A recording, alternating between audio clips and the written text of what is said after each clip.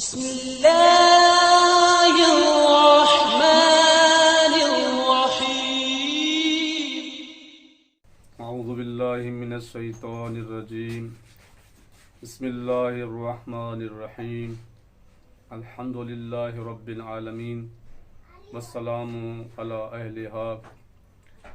अम्मा बादु फ़क़द क़ालल्लाहु तबारक व तआला फ़ी किताबिल मजीद। बिस्मिल्लाहिर्रहमानिर्रहीम व इन्नका लअला खुलुक़िन अज़ीम। अम्मा बादु अल्लाहुम्मा सल्लि अला मुहम्मद व आलि मुहम्मद। मुंहिंजो अॼु जो मौज़ू ऐं उनवान इख़लाक़ जे बारे में आहे, अख़लाक़ जे बारे में आहे। अख़लाक़ छा आहे, अख़लाक़ जा फ़ाइदा कहिड़ा आहिनि, अख़लाक़ जी क़ीमत छा आहे, अख़लाक़ जो अजर ऐं सवाबु छा आहे, अख़लाक़ जो मर्तबो छा आहे, अख़लाक़ जो शान छा आहे। सभ खां पहिरियां ख़ुदावंद आलम जे कलाम पाक मां जेका मूं सूरह कलम मंझां आयत हासिल कयमि त ख़ुदा फरमाए थो व इन्नका लअला खुलुक़िन अज़ीम। बेतहक़ीक़ मुंहिंजा हबीब असां तोखे ख़ुल्क़ अज़ीम ख़ल्क़ कयोसीं, ख़ुल्क़ अज़ीम जो मालिक बणायोसीं।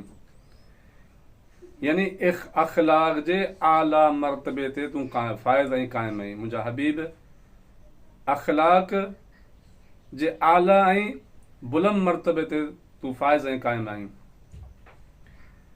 अख़लाक़ हिकु अहिड़ी शइ आहे, हिकु अहिड़ी क़ीमती शइ आहे जंहिंजे बारे में रसूल अकरम फरमाइनि था त अख़लाक़ हिकु अहिड़ी क़ीमती शइ आहे जो दुनिया जी का बि क़ीमती शइ ॾेई करे तव्हां अख़लाक़ खे ख़रीद करियो नथा करे सघो।